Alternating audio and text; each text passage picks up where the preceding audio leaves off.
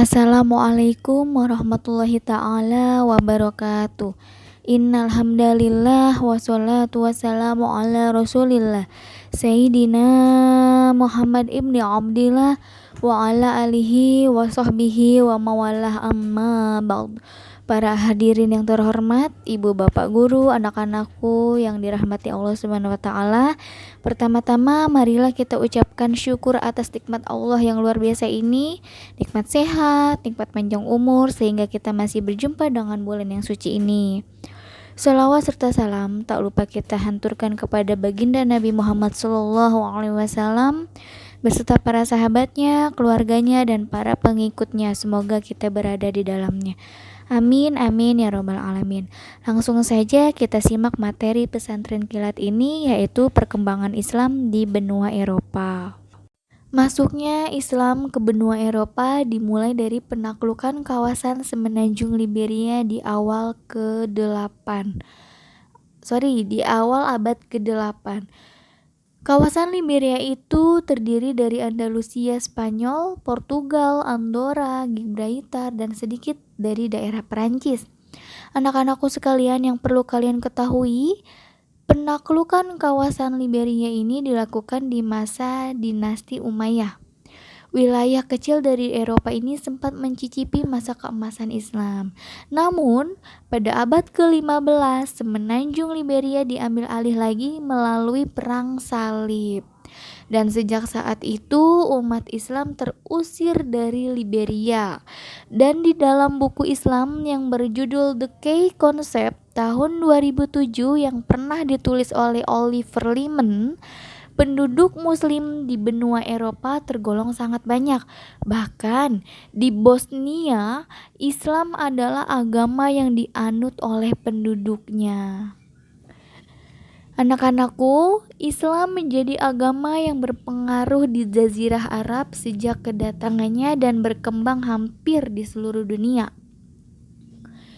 Nabi Muhammad SAW sebagai pembawa risalah berhasil menanamkan nilai keislaman kepada para sahabatnya dan kemudian dikembangkan setelah Nabi Muhammad SAW wafat. Ada 4 sahabat Nabi yang diamanatkan oleh Nabi Muhammad yang kemudian para beliau ini yang mengembangkan juga Islam dan menyebarkan Islam semakin luas ke seluruh dunia. Ada 4 sahabat Nabi. Yang pertama ada Abu Bakar Asy-Syiddiq, yang kedua ada Umar bin Khattab, yang ketiga ada Ali bin Abi Thalib, dan yang terakhir ada Utsman bin Affan.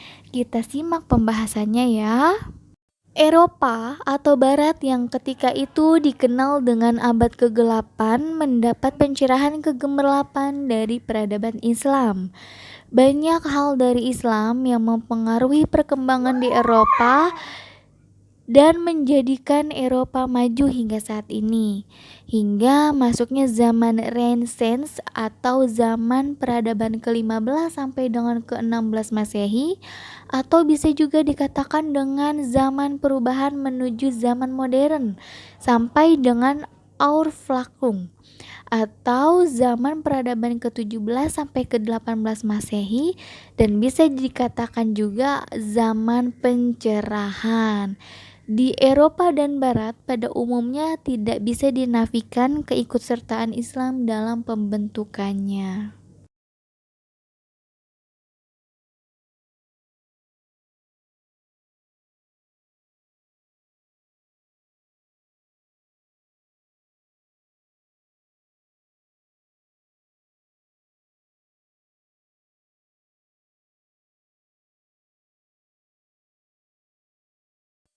Yang perlu Ibu jelaskan di pembahasan kali ini, bahwasanya ketika Islam berkembang di negara Eropa, negara tersebut menjadi negara yang maju atau menjadi negara yang banyak sekali perubahannya. Dan pada saat ini pula pun agama Islam adalah agama yang sangat favorit di benua Eropa. Islam adalah agama terbesar kedua di Eropa setelah agama Kristen. Islam masuk ke Eropa Selatan melalui invasi atau aksi militer yang bernama Moor dari Afrika Utara, yaitu pada abad ke-8 sampai dengan ke abad 10 Masehi. Selama beberapa abad, entitas politik muslim berdiri kokoh di wilayah yang saat ini adalah Spanyol, Portugal, serta Italia.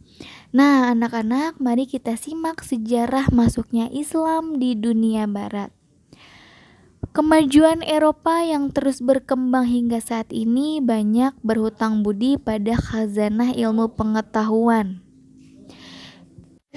Ilmu pengetahuan Islam yang berkembang pada periode klasik.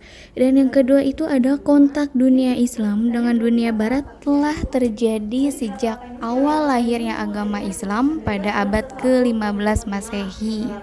Dan yang terakhir, hal ini ditandai dengan ekspansi yang dilakukan oleh umat Islam dan dapat merebut wilayah-wilayah kerajaan Romawi pada saat itu, seperti Syam, Syria, Palestina, dan Mesir. Yang harus kalian tahu, ekspansi itu adalah sebuah aktivitas untuk memperluas usaha yang ditandai dengan menciptakan, memperluas fasilitas, peningkatan ekonomi, dan pertumbuhan dunia usaha. Oke, sekarang kita lanjut ke proses masuknya peradaban Islam di dunia barat. Dalam beberapa literatur yang diungkapkan bahwa masuknya peradaban Islam ke barat itu melalui 4 cara. Yang pertama itu ada di Andalusia, Spanyol, yang kemudian yang kedua ada di Sisilia, Italia. Ketiga itu kedatangan orang-orang salib di timur Islam, dan yang terakhir ada pertukaran perniagaan antara timur dan barat. Nanti akan Ibu jelaskan satu persatu, mulai dari Andalusia, kemudian Sisilia itu Italia ya. Terus ada kedatangan orang-orang salib di timur Islam. Kemudian juga ada pertukaran perniagaan antara timur dan barat. Jadi kalian harus simak materi pesantren kilat ini dengan sungguh-sungguh. Karena apa? Karena nanti akan ada tugas untuk kalian. Tugasnya itu dinilai per guru kelas dan dikumpulkan juga per guru kelas. Jadi ini sanlat ini bukan periode main-main. Walaupun kamu di rumah hanya mendengarkan, tapi setidaknya materi yang Ibu sampaikan masuk.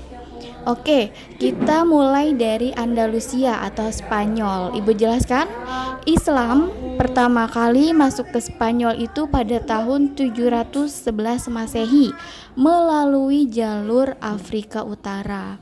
Dulu Spanyol sebelum kedatangan Islam itu dikenal dengan nama Liberia dan Asbania, kemudian disebut Andalusia ketika negeri subur itu dikuasai oleh bangsa Vandal.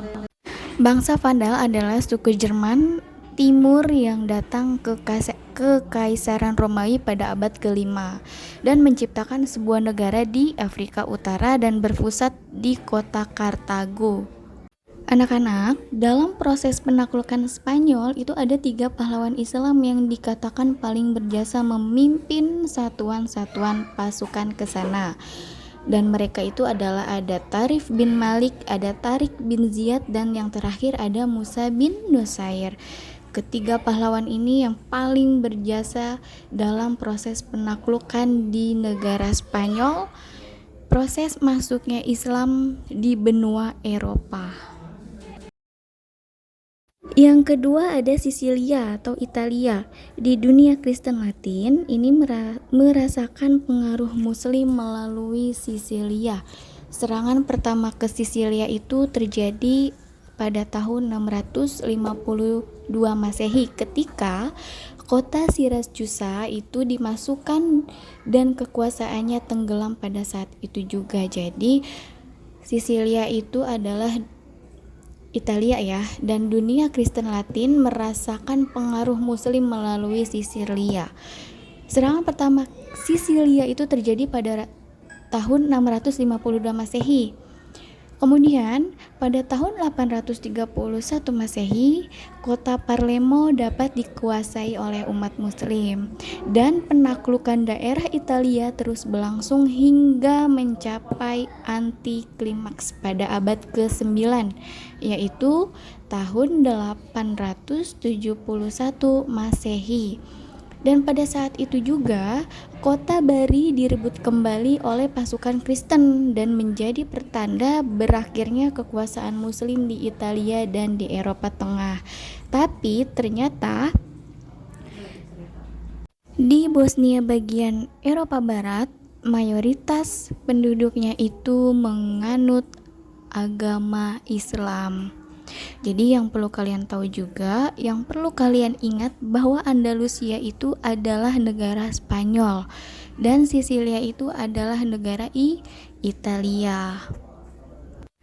Islam menjadi agama terbesar kedua di Eropa setelah agama Kristen.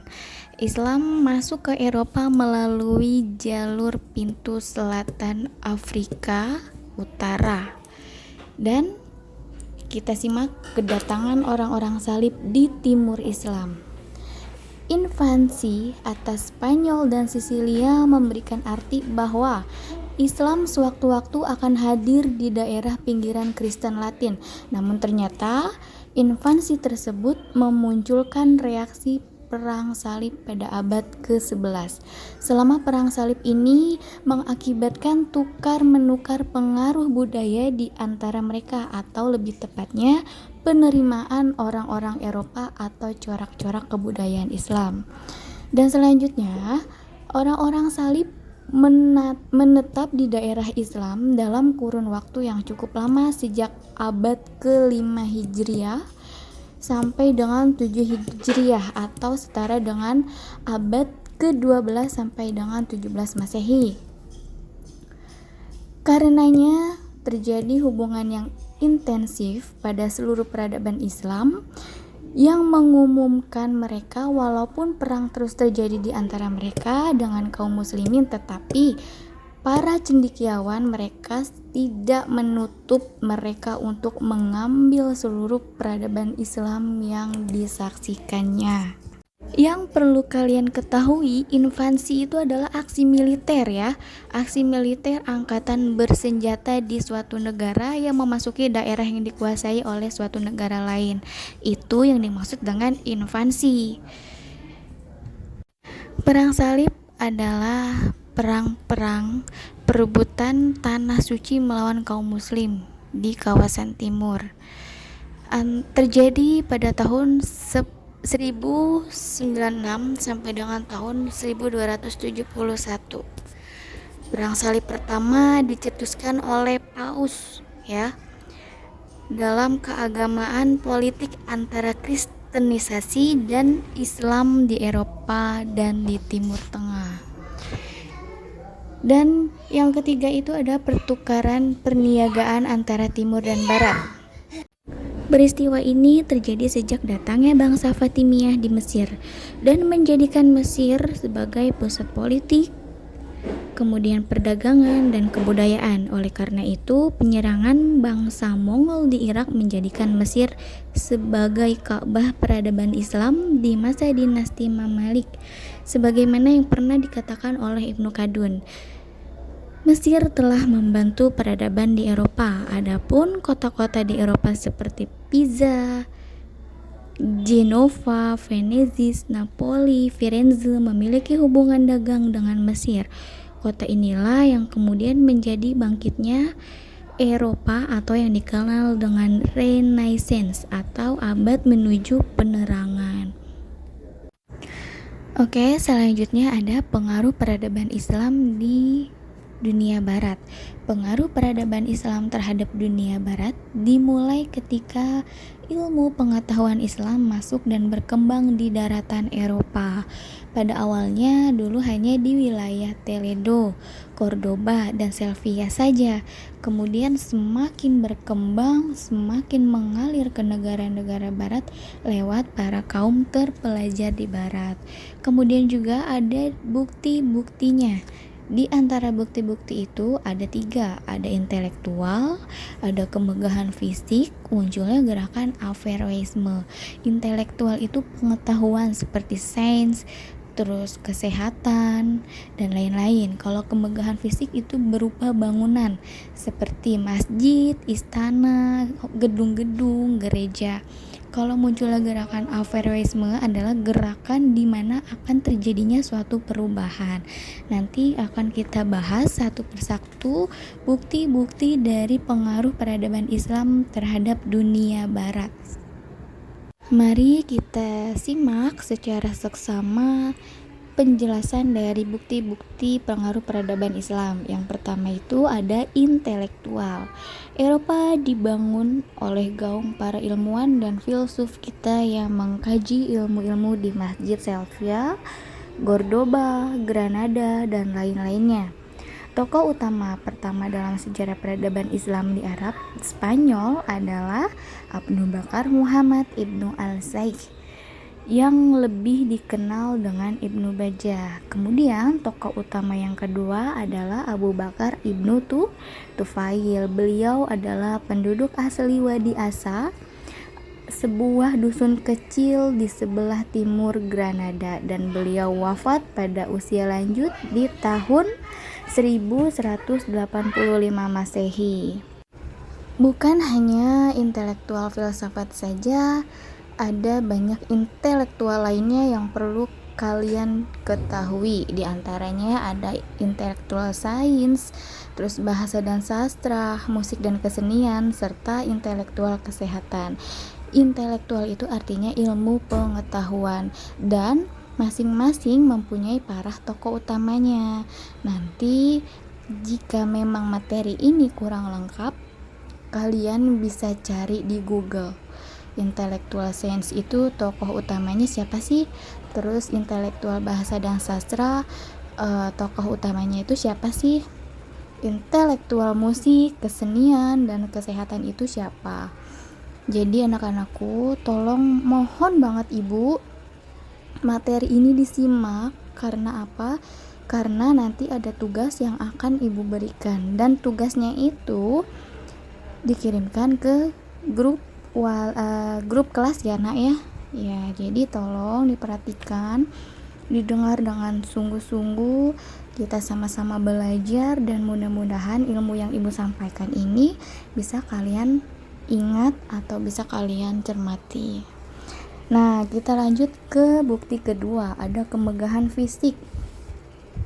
Pembangunan fisik yang paling menonjol adalah pembangunan gedung-gedung seperti pembangunan kota, istana, masjid, pemukiman, dan taman-taman. Di antara bangunan yang megah adalah Masjid Cordoba yang dibangun pada masa Abdul Ar-Rahman Al-Dakhili. Kota Al-Zahra adalah kota termegah yang dibangun oleh Abdul Ar-Rahman ketiga, dan kota Granada yang cantik dan megah dengan istana yang hamra, istana yang sangat terkenal di dunia yaitu Istana Jafariyah di Saragossa, tembok Teloda. Anak-anakku, selain Istana Jafariyah, ada juga Istana Al-Ma'mun dan Masjid Selfil. Cordoba juga dikenal dengan universitasnya, yaitu Universitas Megah Cordoba yang dibangun oleh Al-Hakam II, yaitu Ibnu Ar-Rahman III pada tahun 961 sampai dengan 976. Jadi yang harus kalian paham, kemegahan fisik itu adalah sebuah bangunan fisik yang terlihat ya, seperti masjid yang tadi sudah ibu jelaskan, istana, terus hotel-hotel, gedung-gedung, pembangunan kota yang memang menonjol di suatu kota tersebut. Seperti contohnya nih, kita punya ibu kota mempunyai Monas. Nah, Monas itu bisa dikatakan sebagai kemegahan fisik. Nah, selanjutnya yang terakhir adalah munculnya gerakan Averroisme. Tokoh Spanyol Islam yang sangat berpengaruh terhadap pemikiran di Eropa adalah Ibnu Rushd yang dikenal di Eropa yaitu Verros pada tahun 1120 sampai dengan 1198 Masehi. Ibnu Rushd adalah seorang yang dikenal sebagai pelepas belenggu taklid dan menganjurkan kebebasan berpikir. Dia banyak membahas pemikiran tentang Aristoteles. Pasti sudah tidak asing lagi ya mendengar kata Aristoteles. Dengan sangat menarik sehingga banyak memikat banyak orang untuk berpikir secara bebas dan mengedepankan sunnatullah. Karena pengaruhnya yang begitu besar sehingga menimbulkan gerakan Averroisme.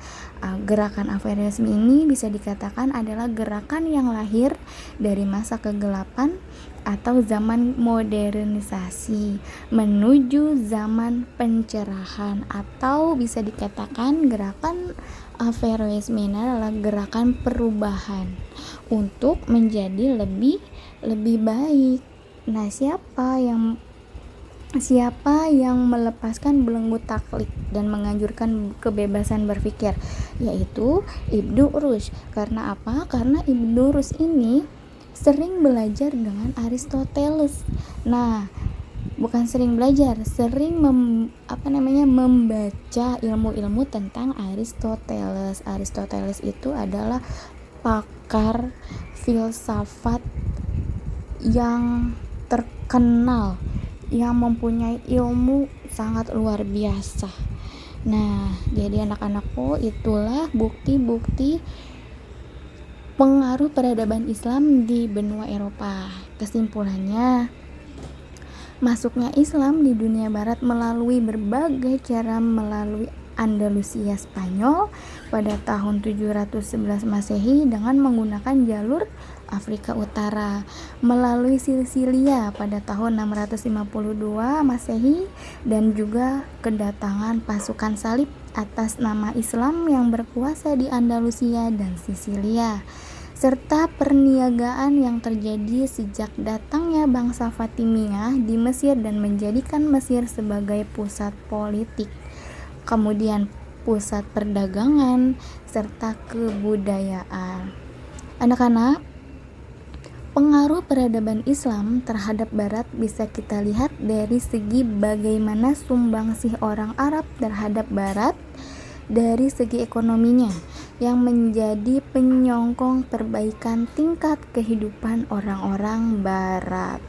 Sumbangan ilmu pengetahuan dari penerjemah filsafat yang sangat mempengaruhi pola pikir orang Barat, dan juga perkembangan industri dan penelitian yang dikembangkan oleh orang Barat. Jadi intinya, pengaruh peradaban Islam di Barat kita bisa lihat dari sumbangsih orang Arab terhadap Barat dari segi ekonominya, kemudian dari segi politik, kemudian pendidikan. Nah, masuknya Islam ke dunia Barat melalui berbagai cara. Yang lebih terkenal itu melalui Andalusia Spanyol dan menggunakan jalur Afrika. Itulah sejarah perkembangan Islam, peradaban Islam di benua Eropa. Jadi bukan hanya Andalusia, bukan hanya Italia saja. Mayoritas ada 10 negara yang memiliki mayoritas penganut agama Islam terbanyak. Salah satunya ada Rusia, ada Turki, ada Inggris, dan lain-lain. Jadi sampai sini dulu materinya. Semoga kalian selalu istiqomah dalam belajar, dan semoga Allah memberikan keberkahan ilmu untuk kalian. Ibu hanya menyampaikan apa yang harus ibu sampaikan. Jadi sekian materi sanlat ini, semoga kalian mengerti dan paham. Semoga di hari ini puasanya lancar serta mendapatkan barokah dan pahala yang berlipat dari Allah Subhanahu wa taala. Amin amin ya robbal alamin. Ibu akhiri Wassalamualaikum warahmatullahi taala wabarakatuh.